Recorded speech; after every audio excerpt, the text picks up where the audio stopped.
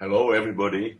Good morning, good afternoon, good evening, depending on where you are in the world. I would like to welcome you to our 16th and last module of the telecourse, The Way of the Psychonaut. Today we will explore the healing and transformative potential of responsible use of holotropic states of consciousness. So after exploring in all the previous modules of our telecourse, the observations, experiences from research of these non-ordinary states, the holotropic states, we will now have to address very important questions that are frequently asked, which is, does this kind of activity, this kind of work, have any relevance for our everyday life? Can it bring us more inner peace and happiness? Can it have positive influence on our emotional and psychosomatic well-being? And then a very large question, if many people do this, can it actually influence somehow the situation on our planet? Can it help the alleviation of the global crisis that we are all facing? So these are very, very big questions. Now, if you look at the spiritual literature of all the different religions, what you hear from spiritual teachers is that to reach inner peace and happiness, it's not enough if we pursue some material goals, if we try to accumulate some material possessions. This will not make people happy. And actually we can see it today that actually the countries which are reaching great affluence are not necessarily the happiest in the world. The industrial countries that have accumulated a lot of material wealth actually have more emotional problems. They have more drug abuse. They have more problems with violence and so on. So according to spiritual teachers, pursuit of happiness is an inner job. For us to really significantly improve our life, we have to go through inner transformation, psycho-spiritual transformation. And now, of course, the $64,000 question is, what is the nature of this transformation and how can we achieve it? So I'm usually using for this purpose the recipe which comes from the Tibetan Mahayana Buddhism. And I'm using for the demonstration a Tibetan scroll painting, a tanka, very famous, which is called the Tibetan Wheel of Life. So I will now ask Marco to bring it on the screen. Now what you see here is the Lord of Death, Yamaraja, holding in his grip the Wheel of Life. On this Wheel of Life is a representation, is a summary of the teachings of Vajrayana, of Tibetan Buddhism. So what we see is a wheel that's divided into 6 segments.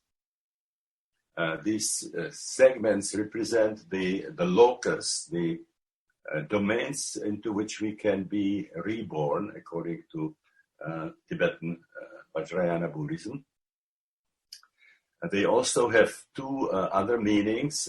They also represent, would say, like an archetypal patterns that inform the situation in the world. In other words, the projection of these realms, of these archetypal qualities, create certain domains, certain aspects of the material world.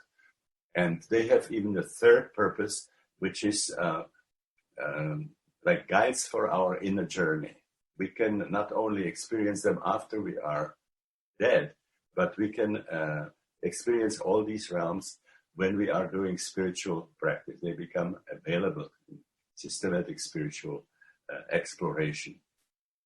So if we take it from above and go in the direction of the clockwise, we see that at the top there is the realm of gods, or Deva Loka. If we go then to the right, this is the domain of the jealous gods, or Asura Loka. These gods are in constant fight with the gods, very much like the Titans in Greek mythology. Then further clockwise is a very fascinating realm. This is the realm of the hungry ghosts, Pretas, Pretaloka. It's a very important archetype for the whole industrial civilization. The hungry ghosts are very pitiful creatures who have a very big belly and just a tiny little mouse, which is the size of a pinhead. So they have this insatiable appetite, and they can never get enough. So that if we continue to the bottom of the wheel, this is Narakaloka, which is the realm of hell. The Tibetans have hot hell, very much like, for example, Christianity or Islam, but they have also hot hells. You can see the sinners, people don't talk about sinners, people with bad karma who are experiencing different forms of suffering in hell. And then we see some very interesting scene, which is the scene of judgment.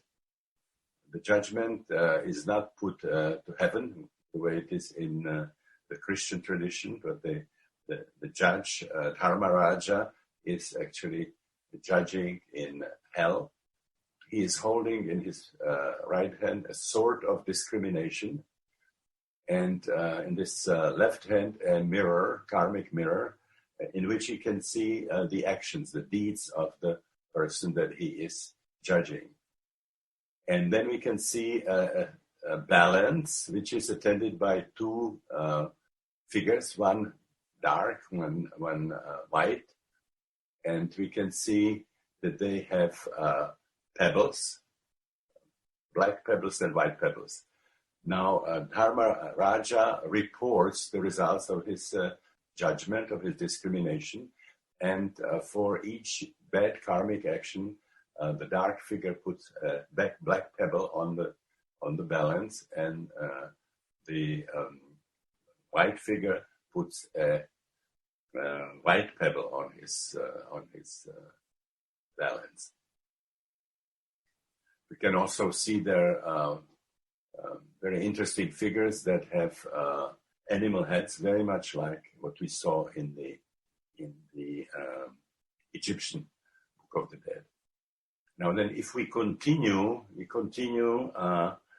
clockwise, there's a realm of wild animals, or Tiryakaloka, which are beings that are driven by primitive base instincts. And then finally, the last of the lokas, which is the Manakaloka. This is the human realm, inhabited by people. This is seen actually as the most desirable incarnation, because you have the best chances of achieving liberation, of achieving enlightenment. So the projection of these realms into the material world would look something like this. If you are born into the realm in the world, the material world that's governed by Devaloka, you would be born to a family which is affluent, but you also would have access to spiritual literature. Now, incarnation into the Asura Loka, you would be born into a domain or would operate in a domain which is governed by very belligerent drives. So let's say you would be working for Pentagon, people who are constantly scheming sort of, aggressive action or protection against aggressive actions. The Preta Loka, beside being just an archetype of the human nature, particularly in the industrial civilization, this would be this realm of acquisitiveness. When Jack Kornfield, a wonderful friend and Vipassana teacher, talks about it, he gives us an example, Las Vegas. If you come to Las Vegas, you can't tell whether it's day or night, and people are on these slot machines and they're constantly sort of, attempting to change their fate by accumulating some material. Now, if you then go to the Naraloka, there were also domains in our material world that were literally referred to as hell. For example, the Nazi concentration camps, or things happening today in Middle East, in Syria. That's certainly a hell realm. I mentioned that the Tibetans also have Buddhists have the hot hells. So this is something that happened in Hiroshima. It was a realm of the material world which was literally turned into a hot hell. When we were in Hiroshima, nothing that we had read prepared us for what we would see there. When you go to the museum, you can see the skeletal images of people burnt into granite, and you see that there was a part of Hiroshima which was literally incinerated, which was near to the epicenter, and the rest of Hiroshima was wooden buildings, so they were catching fire, people were catching fire, they were trying to save themselves, and they were jumping into the river, but the river was boiling, so they were boiled alive. So this would be a domain or an aspect of the material world informed by this archetypal image of hot hell. Being born into Tiryakaloka, into the animal realm, would be being born into a family where there's a lot of base instinct. There is violence, there is abuse, there is possibly sexual abuse, incest happening, and so on. And then we have the Manakaloka, which is the human realm, which is like inhabited of people with average human qualities. So again, the idea in Tibetan Buddhism is that we can be actually catapulted into one of these domains, depending on our karmic balance after we die, but we don't have to wait until we die. We can experience any of these realms in deep self-exploration. In other words, it's part of a map of self-exploration. And then we also can be in the material world, in a domain, in a realm, in a situation which is archetypically informed from one of these realms. We can see also on the periphery, we can see 12 images, and those are the sort of 12 causes, which is a chain of events, causes and effects that basically describe the stream of karma, how we get into a certain kind of karmic situation. And then in the middle there are two concentric circles. One of them is half black, half white. This is the ascending and the descending path. But then there is a circle, and this is what we are primarily interested in now. You can see images of 3 animals there, which is the pig, the snake, and a rooster, a cock. So I will ask Marco to give us the second picture, which is a detail of the center. These are called in Tibetan Buddhism the three poisons, the three forces that keep us on the wheel of death and rebirth and are causes of all suffering in the world. So if I can have the next picture, we see the symbolic meaning of these animals.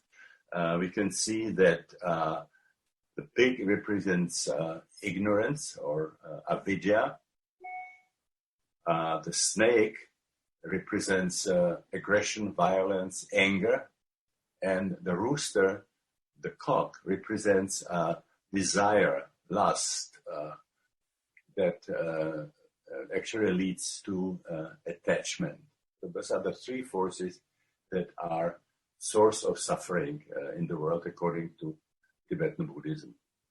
Now, there are two different ways of looking at this. In the original Buddhism, which is called Hinayana, or the Buddhism of the small vehicle, which is the Buddhism of Buddha himself. This is what Buddha was teaching. The idea was that as long as we are incarnate, we are in what's called the samsaric world, that we will experience suffering. And the recipe to get rid of suffering, to liberate ourselves, would be to move entirely beyond the realm of incarnation, out of the samsaric world into nirvana. The term nirvana is derived from the Sanskrit name for wind, vata, and it means literally evanescence. The Buddhists were talking about Trishna or Tanha, which is the thirst, the fire of blood and flesh. And the nirvana was like extinguishing of this fire of life and move into the world of basically non-existence or beyond existence. But then in the course of history, a different form of Buddhism developed, which was called Mahayana, or the Buddhism of the large vehicle. And there the interpretation of these animals was changed. That the idea was that we can actually move in the direction of nirvana while we are still in the body, we are still in the samsaric world, to the extent to which we can reduce the influence of these three poisons, of these three forces in our life. And so what I would like to show you, how responsible work with holotropic states, whether it's a powerful spiritual practice or work with some experiential forms of psychotherapy, or responsible use with psychedelics, or some of a situation where you're guided in a intelligent way through spiritual emergency, where these experiences start happening spontaneously. So we can look at the first poison, which is ignorance, represented by the pig. So obviously in the work with holotropic states, you can get access to amazing sources of new information. And we talked about all these things, or most of these things, in the previous modules. The holotropic state can take us to our childhood, to our infancy, and we can find out that things happened, important things happened, emotionally relevant things happened that we have forgotten, we are not aware of. They're lodged in our unconscious, and they still have amazing impact on our life. They make our life miserable in different ways. And we can also relive birth, and we can find out to what extent the circumstances of our birth, the way we were born, is still running our life. And the same about prenatal life. We could have experiences already in the womb that still operate in our unconscious and dictate the quality of our life. Now, we cannot not only discover these hidden forces in our life, but in holotropic states, we can actually cope with them. We can bring them into consciousness, and we can express the emotions associated with them. We can release the pent-up physical energies associated with these traumas, and we can experience powerful healing and transformation just working with this postnatal and prenatal, perinatal material. But when we talked about transpersonal experiences, we saw that we get access also to information of another kind. We can identify with other people experientially, and we can get insight into these other people. We can sort of deep understanding that we did not have from our interaction in everyday life with these people. We can experience mentality of groups of people. We can also transcend the boundaries of the species, Homo sapiens, and we can identify experientially with members of some other species. We can become an eagle and suddenly understand what an eagle feels like, what an eagle operates like. Again, those are examples I have already given. You can experience yourself as a caterpillar going through the transformation, the metamorphosis into a butterfly and so on. So we can get amazing information about the animal, the human, the animal, and the even botanical realm, which goes way beyond anything that we knew intellectually, that came from our education, from our reading, from watching movies, television, and so on. We can also get very deep understanding of the nature of the material world.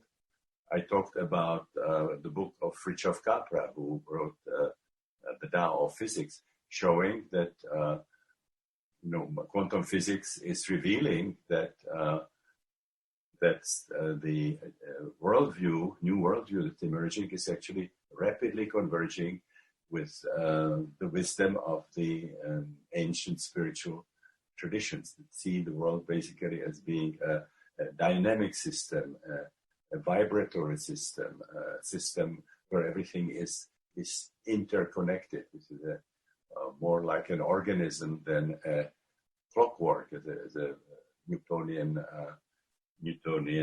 super machine and so on. We can have this sense of our deep connection with nature, with other people and so on. But this is really not what the pig is symbolizing. It's not about ignorance in the sense of lacking some information about the material world. The deepest meaning of the pig is called avidya, which is lack of some fundamental knowledge about who we are and the nature of reality. And this is something that comes from the spiritual pursuit with working with holotropic states, when we discover that there are dimensions of reality extremely important that current materialistic science does not know anything about. In materialistic science has discovered that there are domains in the material world which are not available to our senses. The discovery of the microscope shows that there's a world that before the Leeuwenhoek discovery, science didn't know about, the whole micro world, the bacteria and so on. And the discovery of telescope found out that, there are billions of galaxies about the existence of which astronomy didn't have any idea. But those are still dimensions of the material world. They discover that there are certain bands of electromagnetic radiation that we cannot perceive, that we see only a very narrow spectrum. There are the higher frequencies, the lower frequencies. some of which might be available to animals, like an ultrasound to a dog or infrasound to whales or animals. But those are all dimensions of the material world that can be described, that can be studied by materialistic science. But there are very important hidden dimensions of reality, which materialistic science doesn't know anything about and actually denies on basic philosophical grounds, metaphysical grounds, their very existence. This is what we experience in holotropic states. The knowledge was available to cultures that worked with consciousness, the native cultures, the ancient cultures, and so on.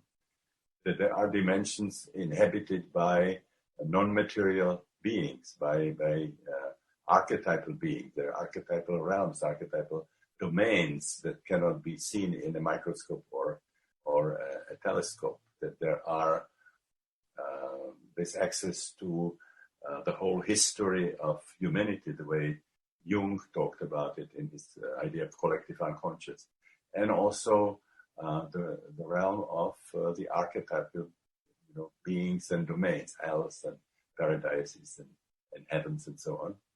And if we have these kinds of experiences, we find actually that this is a meta dimension which forms and informs the material world in the way that the Platonic forms, ideas inform the material world. So no understanding of the universe is complete if we don't include the existence of these normally unavailable dimensions of reality.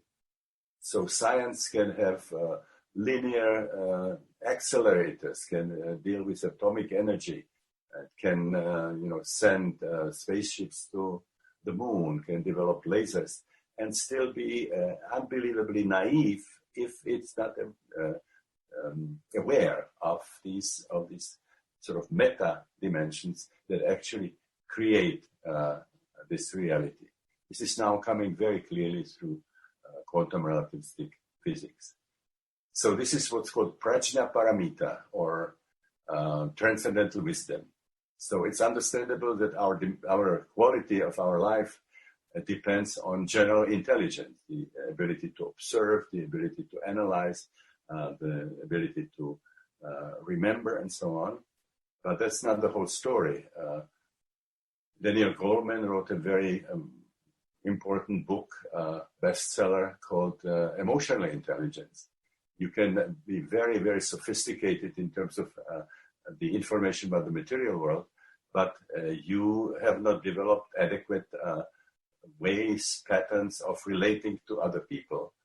And because we are so interconnected, our well-being depends on other people. If we cannot have adequate communication with other people, we'll be suffering. Our world might be miserable in spite of the fact that we might have amazing intellectual knowledge.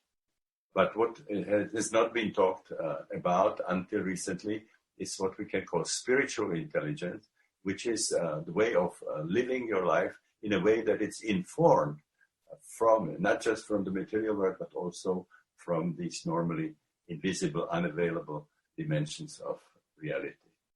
So this is something that in the Upanishads it's called knowing that, the knowledge of which gives you knowledge of everything.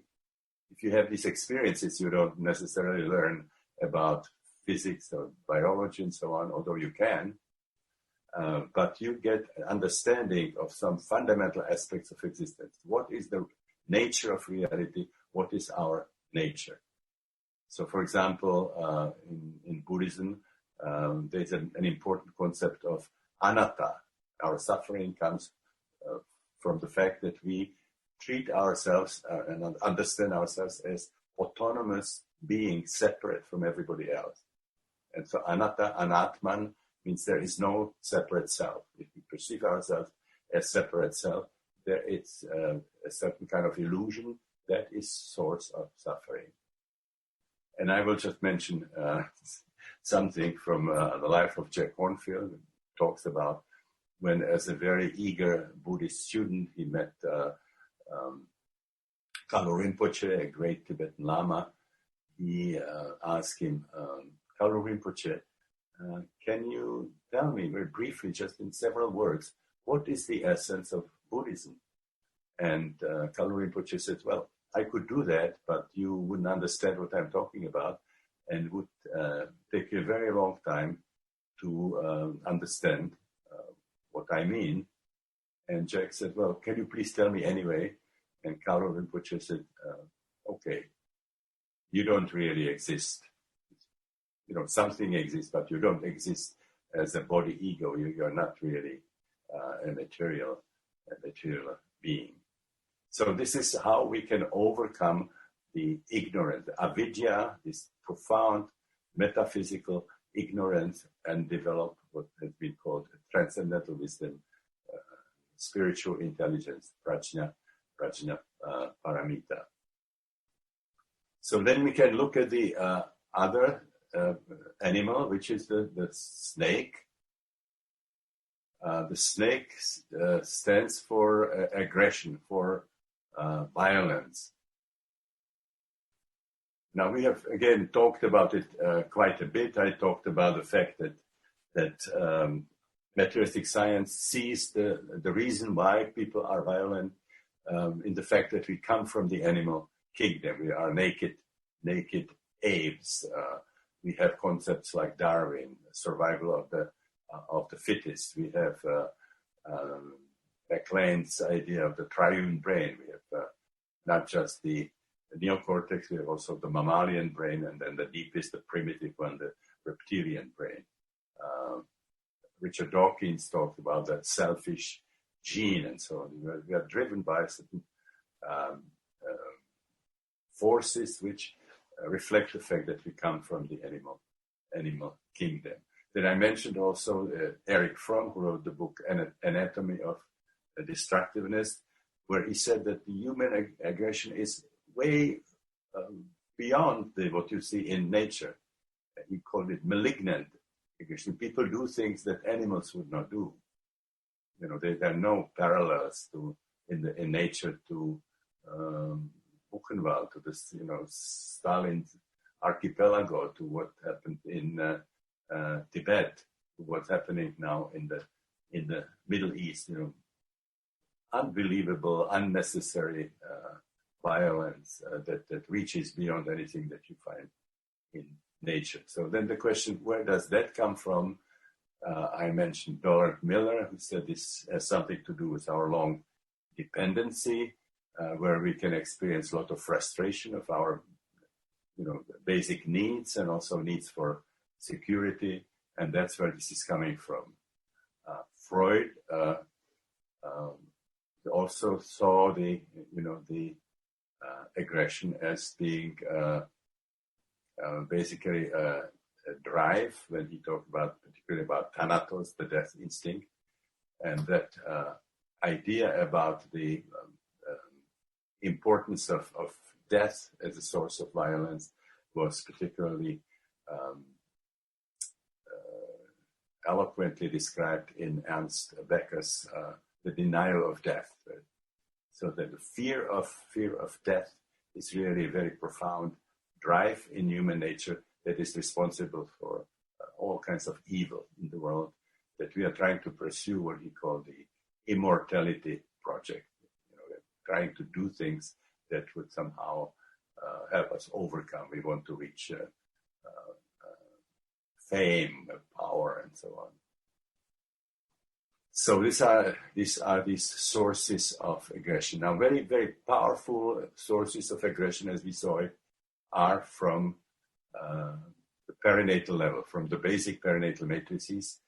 The hours that we spent in the birth canal generated enormous amount of anxiety and also enormous amount of anger, very, very primitive fury. If you cannot breathe and you're being sort of pushed around and squeezed and you experience pains of various kinds, that generates the normal reaction of a living organism. We were doing something for hours to a cat, to a dog. We would see enormous storm.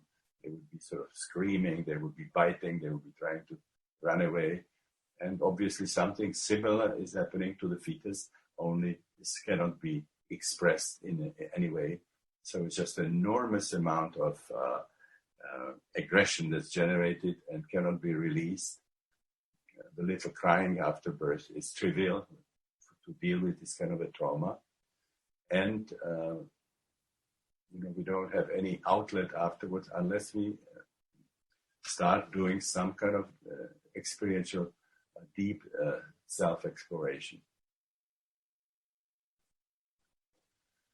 Now, there are also powerful sources of aggressive impulses on the transpersonal level. So we have the images of restful deities. We're talking about Tibetan Vajrayana Buddhism. The idea is when you die, you see what's called Tathagatas or Jnani Buddhas. You can see five, again, beings, five divine beings, and those are peaceful, blissful deities. But as you go down through the bardo, you find out that these are also very dark, sort of shadow side, restful side. And then the bardo pantheon then develops into a lot of restful deities. If you look at the archetypal realm, it's all dichotomized. We have the dark side and we have the light side. In astrology, we have the sun and Venus and Jupiter, but we have also Mars and Pluto and Saturn. The Zoroastrian religion has the whole world as a battle between the forces of darkness and light. Ahura Mazda versus Ahriman, and so on. We have the archetypal image, really grand battles, such as Archangel Michael fighting the demonic hordes. We have the Ragnarok, which is the twilight of the gods. It's again a cosmic battle. Or we have the image from the New Testament, the apocalypse, enormous amount of destruction being portrayed and embedded in the archetype that again can be projected, can inform somehow things happening in the material world.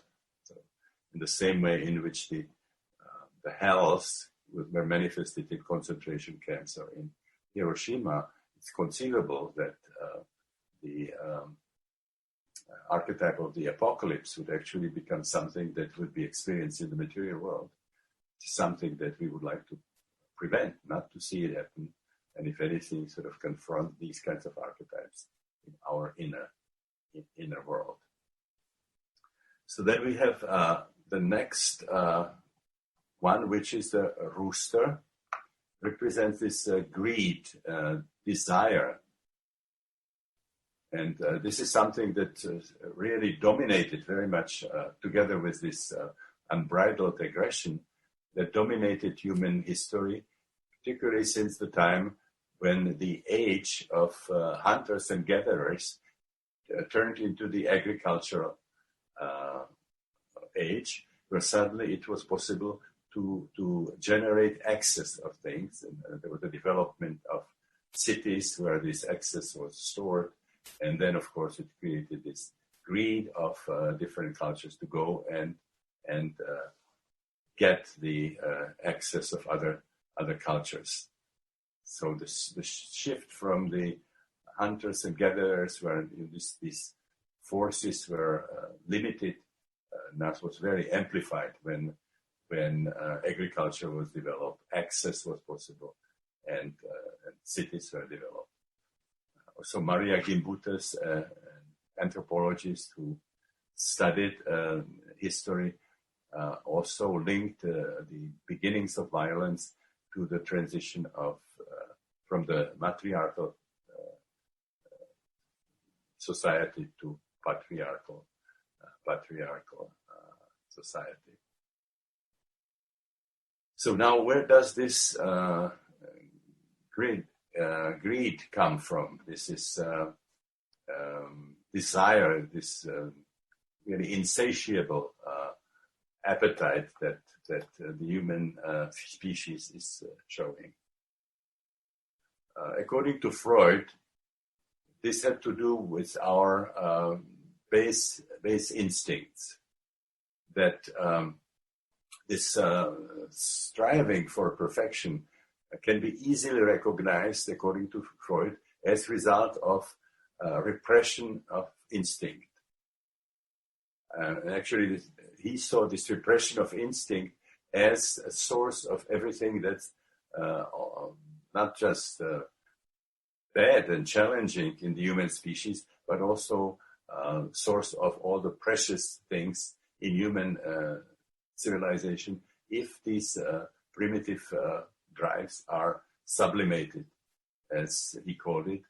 But he said no amount of sublimation will be enough to remove the persisting tension of the instincts.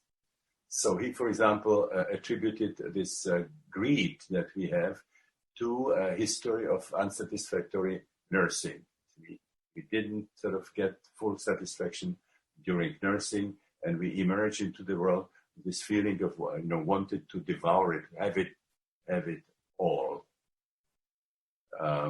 Now, if it was something that was craving for money, for possessions, that according to him was an anal situation where feces for him represented, or gold represented feces, money and so on. So dealing with money, wanting money, accumulating money, or not being able to handle it and letting it go, it's something to do with holding back or releasing excrement. Then if it was something like a sexual addiction, that was of course a phallic problem according to Freud. Now Adler, as we saw, had a very different idea, which was the drive that we can see is really based on the fact that we carry deep inferiority feelings, and that we try to overcompensate them. So this combination of inferiority feeling that, according to him, sometimes is based on actually organ deficiency. I think I gave the example of Demosthenes, who had a tick in the shoulder and very weak voice and was stammering and was practicing by the ocean with a sword above his shoulder and with a pebble under his tongue, and trying to be louder than the sound of the ocean, and became the most successful orator in history.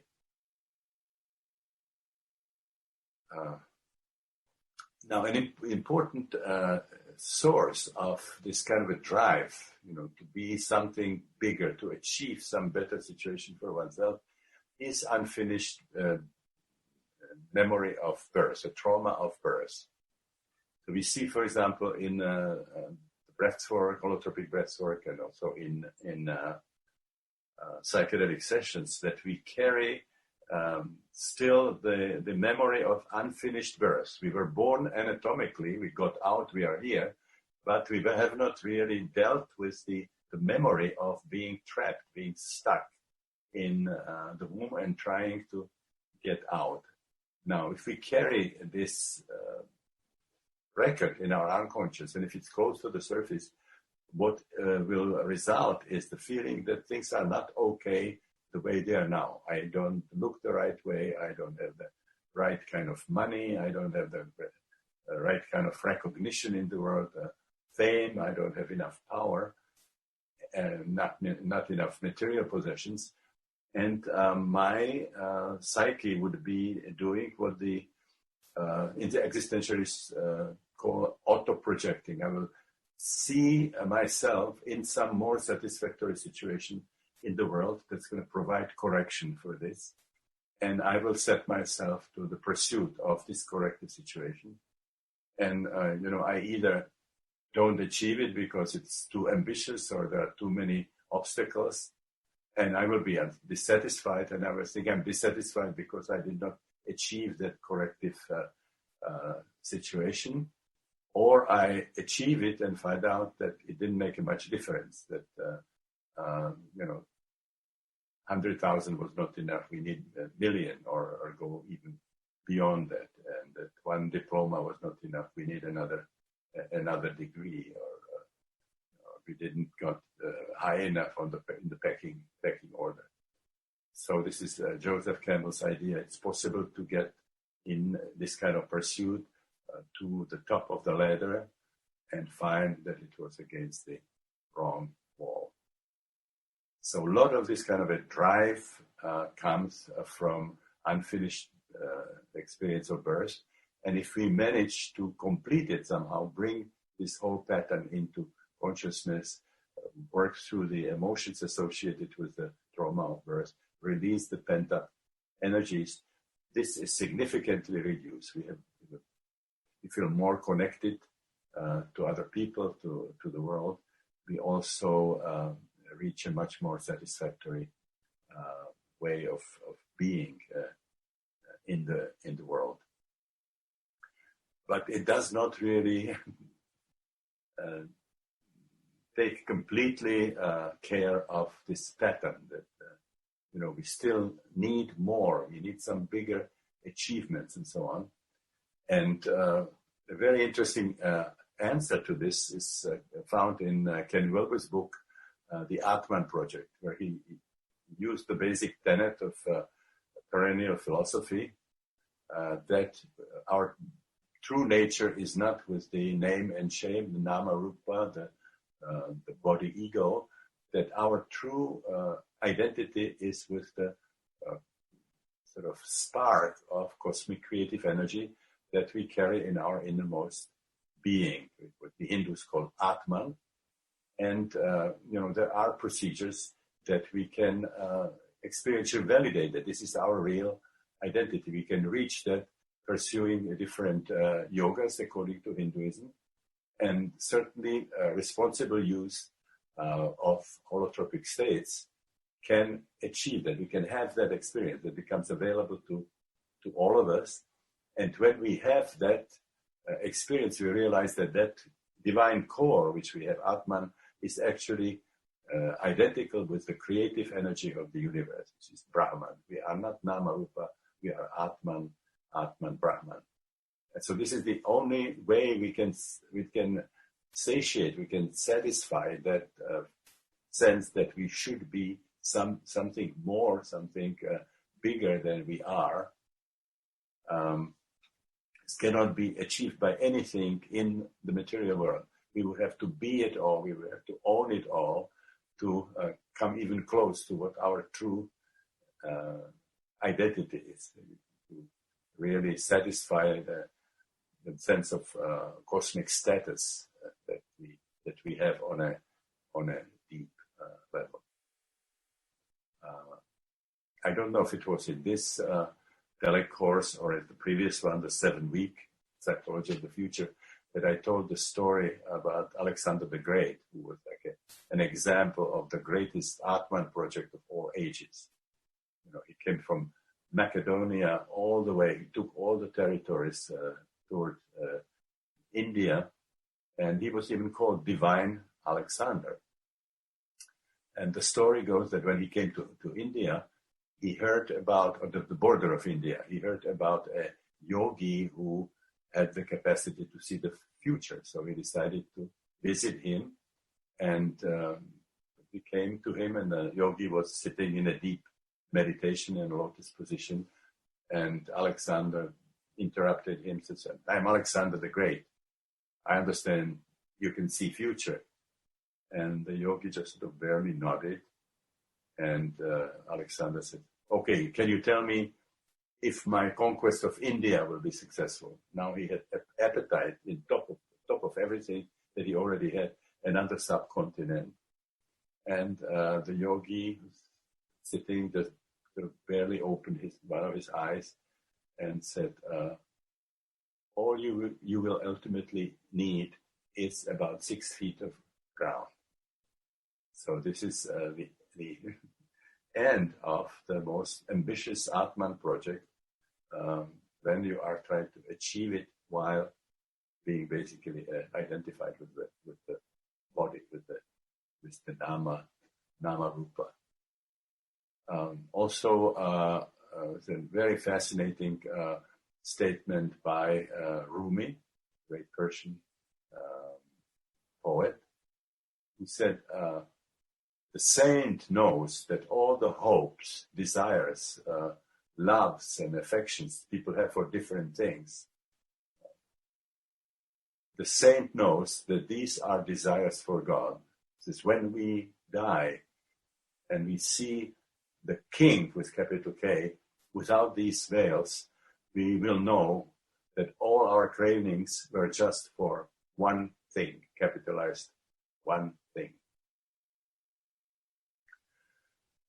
So this is the transformation that becomes available in long-term, systematic, responsible work with these holotropic states of consciousness. Again, whether it's spiritual practice, whether it's shamanic work, responsible work with psychedelics, participation in some powerful form of experiential therapy like the holotropic breathwork, or that you can see in people who get support for spiritual emergency, for episodes of holotropic states that happen spontaneously in their life. Now, whether this transformation can be conducted on a large enough scale, whether we have enough time, this is another question. But it's very actually hopeful. It's very uplifting that there is a way of actually transforming people into something that looks like a different species. So I would like to just go now to discussion of what specifically this can do for us individually, and also if we think about it as something that could help us to change the situation in the world. Okay, so if we start with the changes that we see on the individual scale. We talked about the fact that you find in working with holotropic states that the deepest roots of emotional, psychosomatic, and even interpersonal problems are not in infancy and childhood, the way current psychology, psychiatry, psychotherapy would see it, but that these roots go deeper, that the deeper roots are one of the perinatal matrices. And then even beyond that, there are deeper roots for these emotional psychosomatic problems that you can trace back all the way to the transpersonal level. They would take the form of karmic experiences, people feel past life memories. You can trace back to archetypal dynamics, archetypal motifs, archetypal entities. You can even find phylogenetic sources of these emotional psychosomatic problems, including, for example, a demonic entity that could be behind certain quite difficult forms of emotional disorders.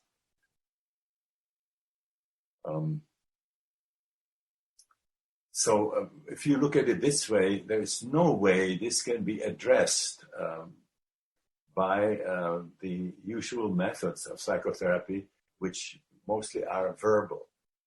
There's no amount of talking that can touch the material once it's pre-verbal, even in infancy, pre-verbal. Something like the frustration, what I call the trauma of omission, where you did not have enough, it's called anacletic satisfaction, not enough contact with your mother. There's no way that can be addressed by talking. And you cannot certainly talk out the trauma of birth. You cannot talk out if something happened prenatally, and you cannot deal by just talking in an effective way with the archetypal dimension. Jung, who had amazing understanding of the transpersonal realm, still wanted to move from just talking to experiencing. We talked about the active imagination that he developed. Rather than talking about dreams, he wanted his patients to lie down and allow the dream to continue. He wanted to deal with the unconscious material as it was emerging from the unconscious in statu nascendi. So again, responsible work with these holotropic states, a major therapeutic tool, and can really change our life in a very significant way.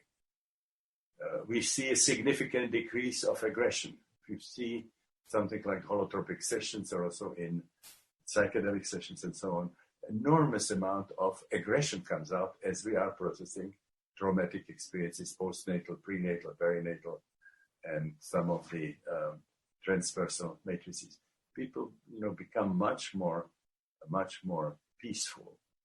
I cannot imagine myself now as a psychiatrist after all these experiences, and I would be in the admission ward and somebody comes with, charge of anger, and I would give them tranquilizers. Anger is energy. So I would say, where is the mattress? And I'll give you two people on the side, and they will just support you, and you express that. And within a relatively short time, that person can be in a very peaceful and relaxed state. If we give tranquilizers, we'll hold it down. We just make sure that that energy never comes out. The other thing you see is a reduction of these irrational drives and ambitions. When I talked about the rat race, the treadmill type of existence, always wanted to go in a linear way for some ambitious goal.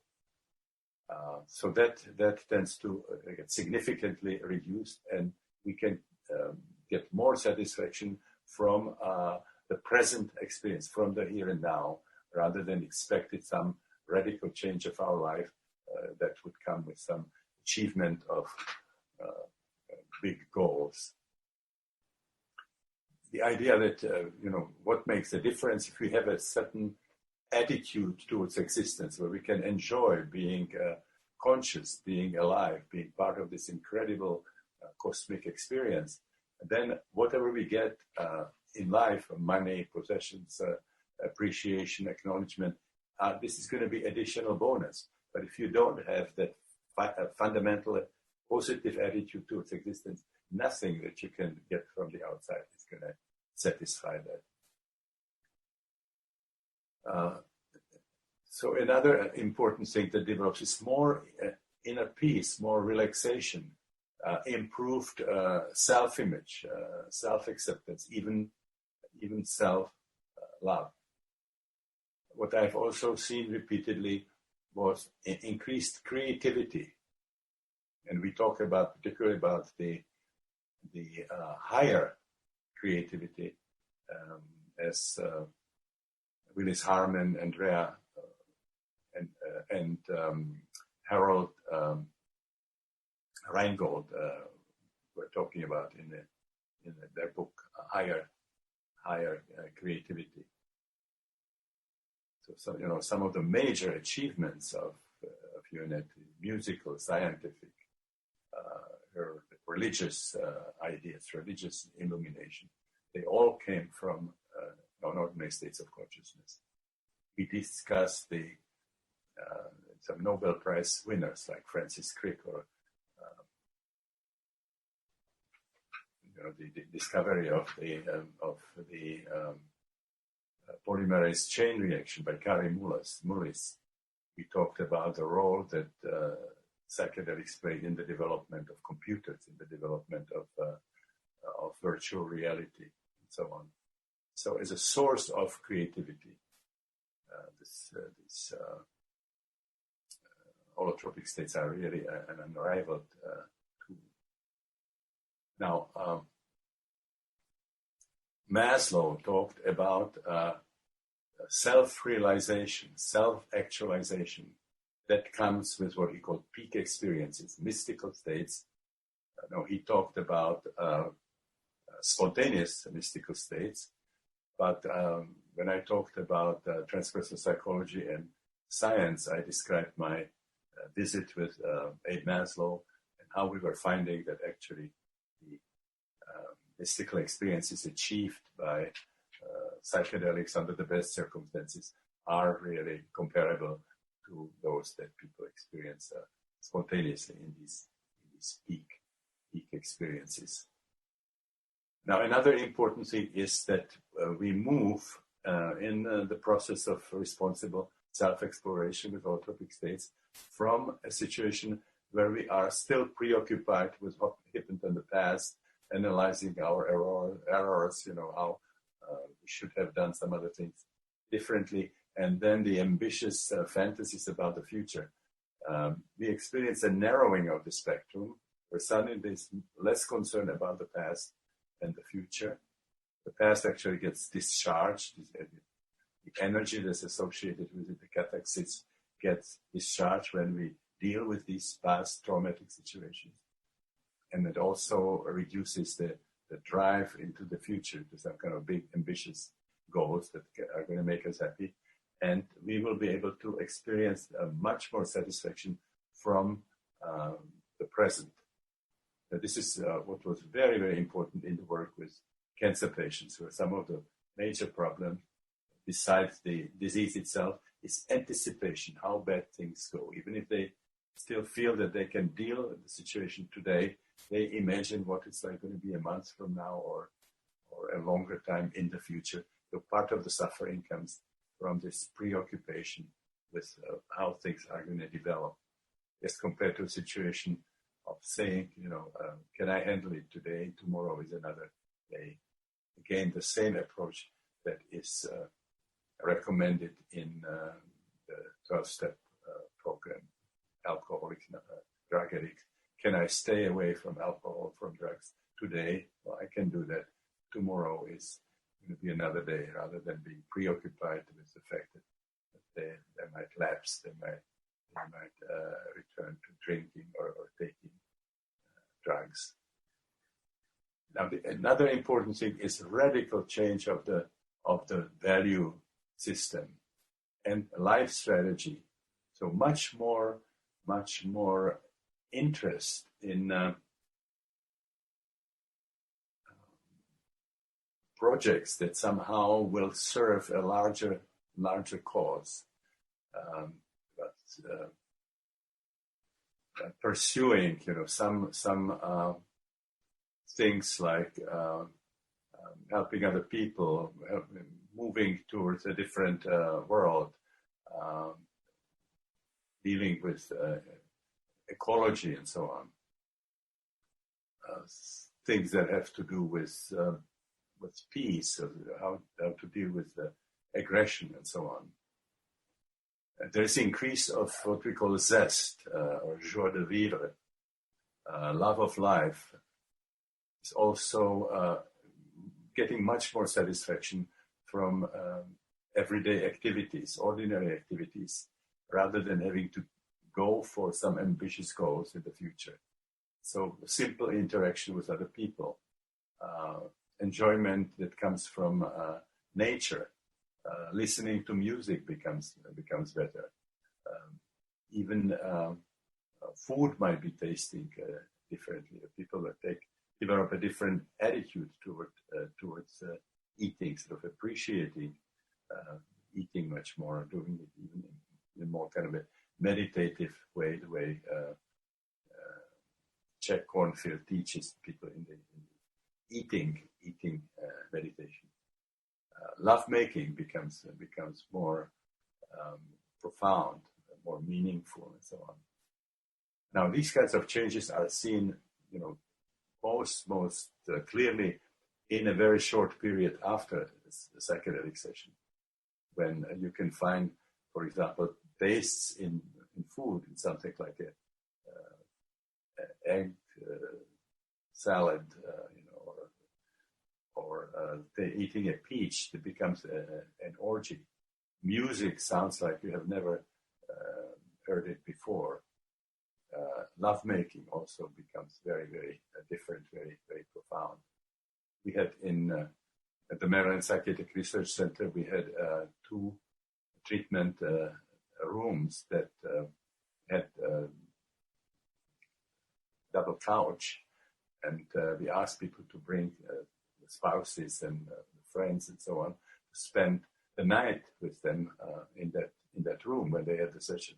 And so in the morning we got a lot of reports about what lovemaking was like when they were still in a somewhat unusual state of consciousness, developing what they describe as oceanic sex, merging with the partner, becoming one with the partner, or even developing sort of a tendency to use the sexual situation for achieving spiritual experience the way it is done in Tantra, withholding sexual orgasm and so on. So all these changes that I'm talking about, the loving interaction with people, appreciation of nature, appreciation of music, the way food tastes, the way lovemaking feels, and so on. Those happen as part of what we call afterglow. It can go on for hours, it can go for days, but to a certain extent, it can continue in everyday life. You develop a different way of experiencing the world. We've seen also increase of intuition, increase of extrasensory perception, in the same way in which Ken Ring described it to people who had near-death experiences in their everyday life. And then another important thing is, again, something that Maslow described. People who do responsible work with holotropic states develop a sense of what he called meta-values and meta-motivations. In the Freudian psychoanalysis, the Freudian understanding, the idea is that there are no higher values. You see, there's no genuine sense for love. For example, love is desexualized interest in your parents, or love is actually reaction formation to aggressive impulses towards somebody. There's no genuine sense for beauty. Beauty is a reaction formation to some anal impulses, to exactly the opposite. And there's no genuine sense for justice. Again, when Freud was writing about it in his discontent, civilization and its discontent, or the future of an illusion and so on, the idea was that we are basically driven by low instincts. If we were left, to do freely what we want, we would be killing, we would be stealing things, we would be sexually aggressive and promiscuous, and we don't do it because we somehow need the human group as a protection against some larger dangers, and we are also afraid of punishment. The commandments are basically fear of punishment. So what develops here is a real sense for beauty, a real sense for justice. So those are what Maslow called meta values, and the tendency to pursue these would be called meta motivations. We are not motivated just by base instinct, but on a deeper level, we are motivated by these values, meta values, which are more spiritual than biological, or some reaction formation to something biological.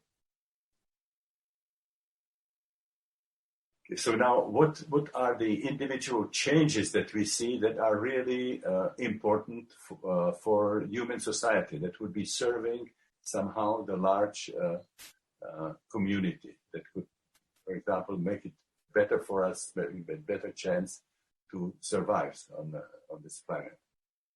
So there is definitely increase of of racial, sexual, political, and religious tolerance. So the previous intolerance, aggressive feelings towards these other groups are replaced by a sense of tolerance and actually appreciation of difference rather than being something that becomes a source of aggressive attitudes towards these groups. The previous competitiveness, the idea that you pursue individual goals and you are focusing on, destroying the enemies and removing the obstacles, you develop a sense of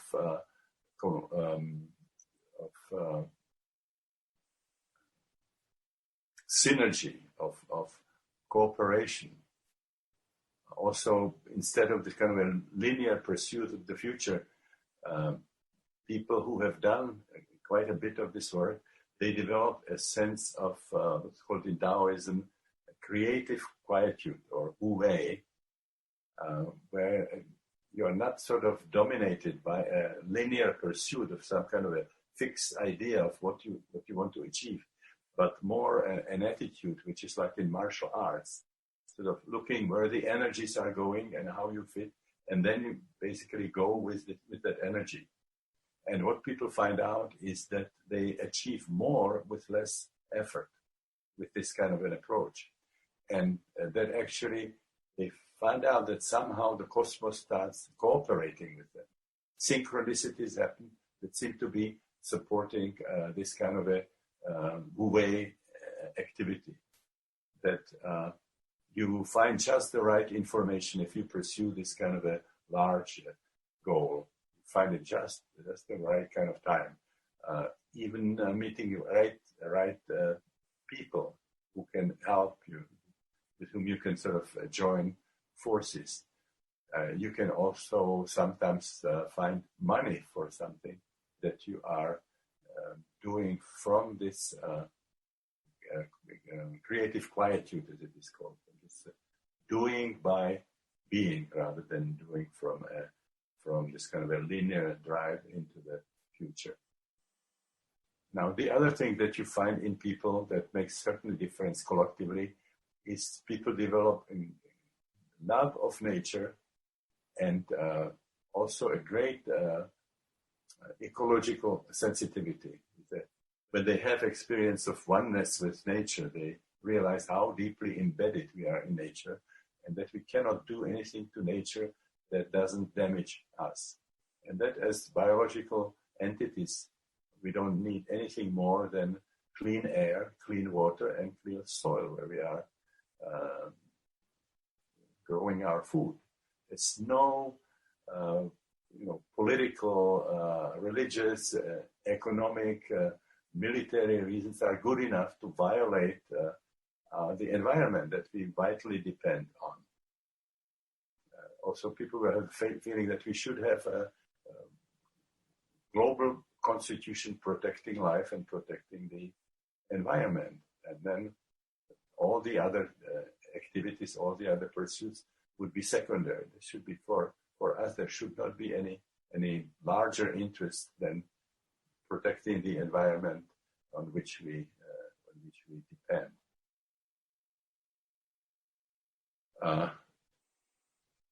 The other thing is a feeling of belonging to humanity and a sense of planetary citizenship. This is very similar to what the astronauts and cosmonauts experience when they had the chance to see our planet from a distance, and then particularly against the background of this cosmic darkness, of this vastness of the universe, realizing how exquisite, how exceptional this what was called the blue planet is. And when they saw it from that perspective, they just couldn't understand the insanity with which we are operating on this planet. So those were people like Edgar Mitchell, for example, who returned from the moon, and he started the Institute of Noetic Sciences to pursue knowledge, consciousness, and particularly with the major concerns about planetary future. With Rusty Schweickart was another one who was coming back from the moon, and was, when the spaceship was orbiting, he was on a spacewalk, and his colleague had the task from NASA to take pictures of him floating in space, and something happened with the camera, so he had several minutes of not doing anything, just floating there with the speed of the orbit, like 45 minutes around the globe to see the planet passing, and then he's wondering, where are these imaginary lines that we call boundaries that people are fighting for. There was a situation in the past where the British representative took a ruler and took on the map and drew a line which then became the boundary of Kuwait that the whole first Middle Eastern war was about. So they were just incredulous, where does it come from that we partitioned this, what Buckminster Fuller called the spaceship Earth. We are all in the same boat. We have to care for the resources.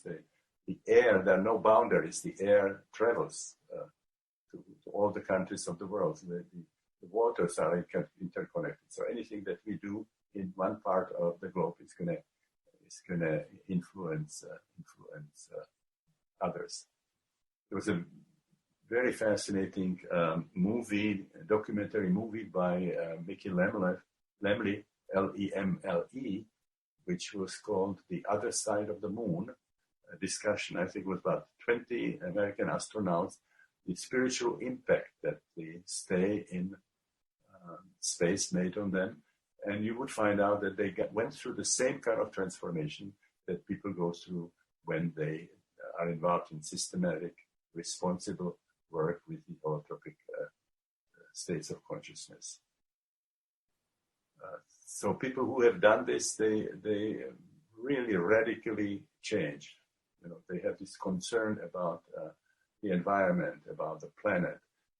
They see or feel that they are becoming planetary citizens before they are Czechs or Russians or Americans.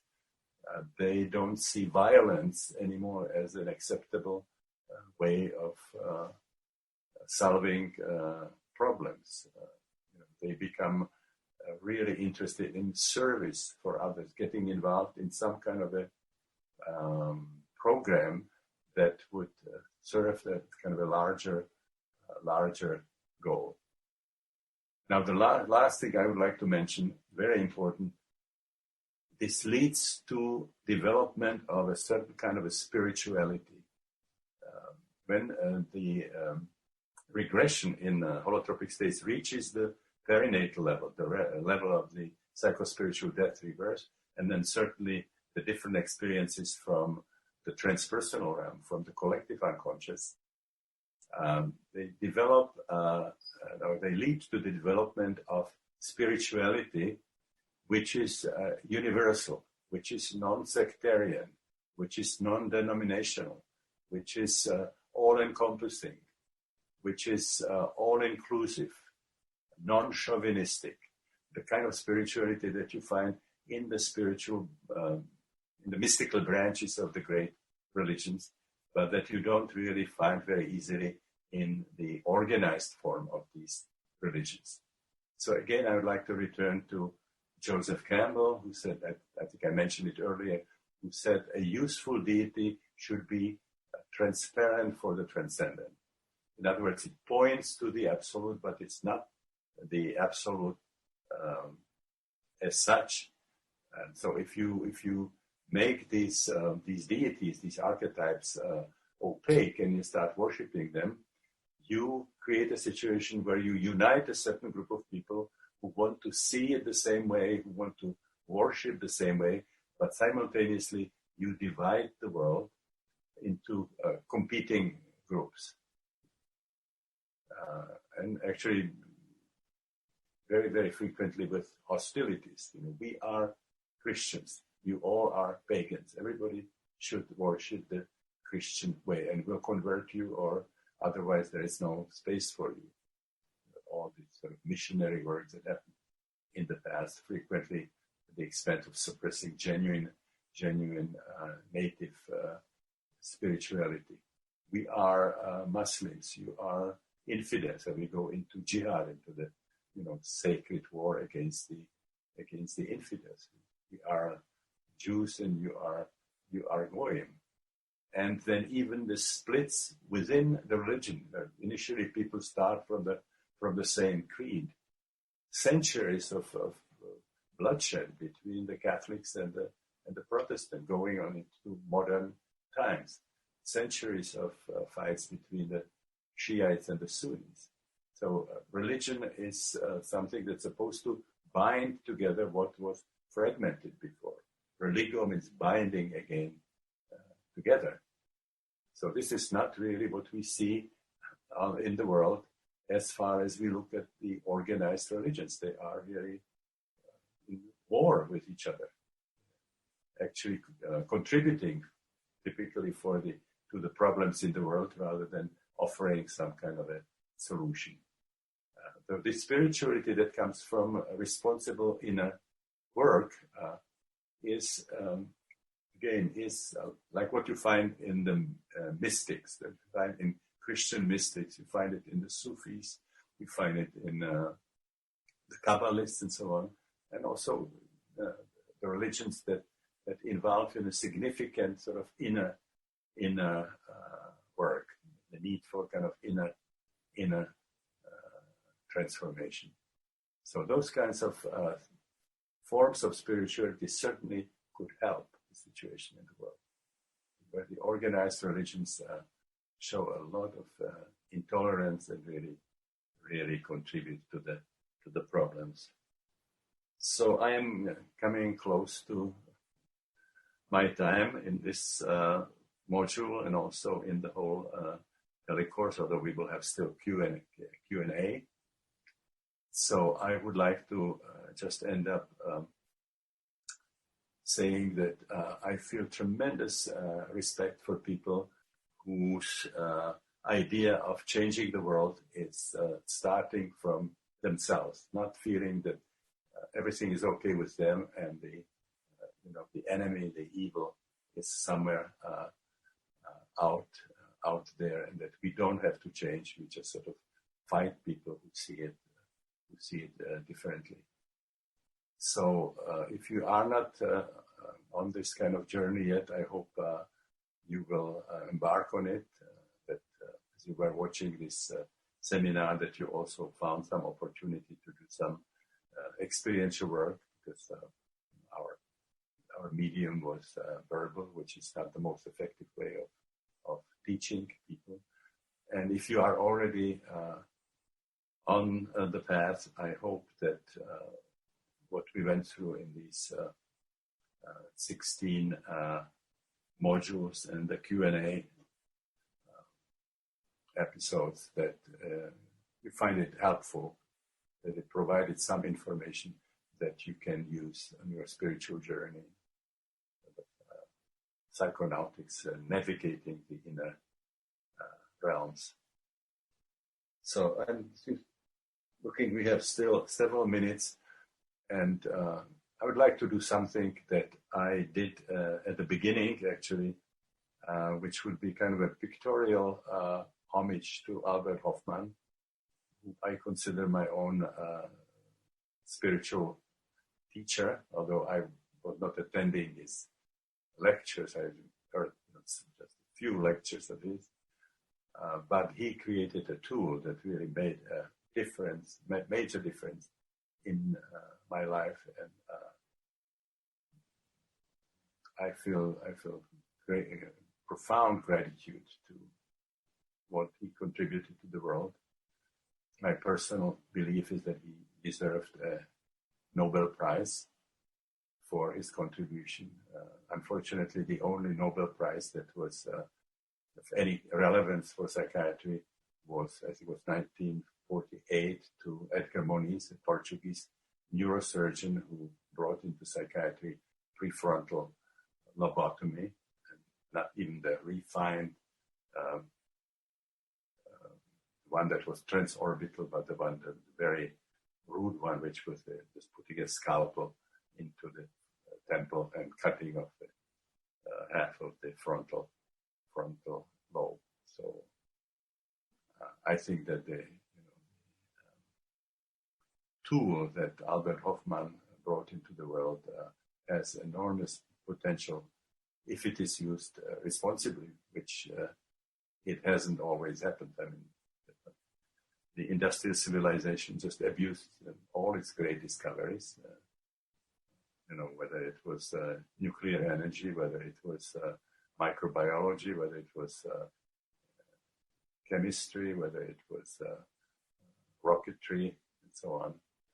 So, unfortunately, psychedelics have not been any different.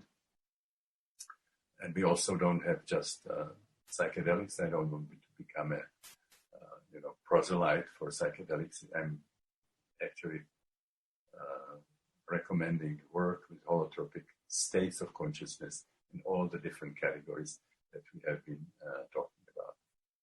So again, I wish you all the best on your spiritual journey, and we'll meet next Tuesday for the last time in the Q&A. Thank you very much for your patience experiencing this real marathon with me. Much love.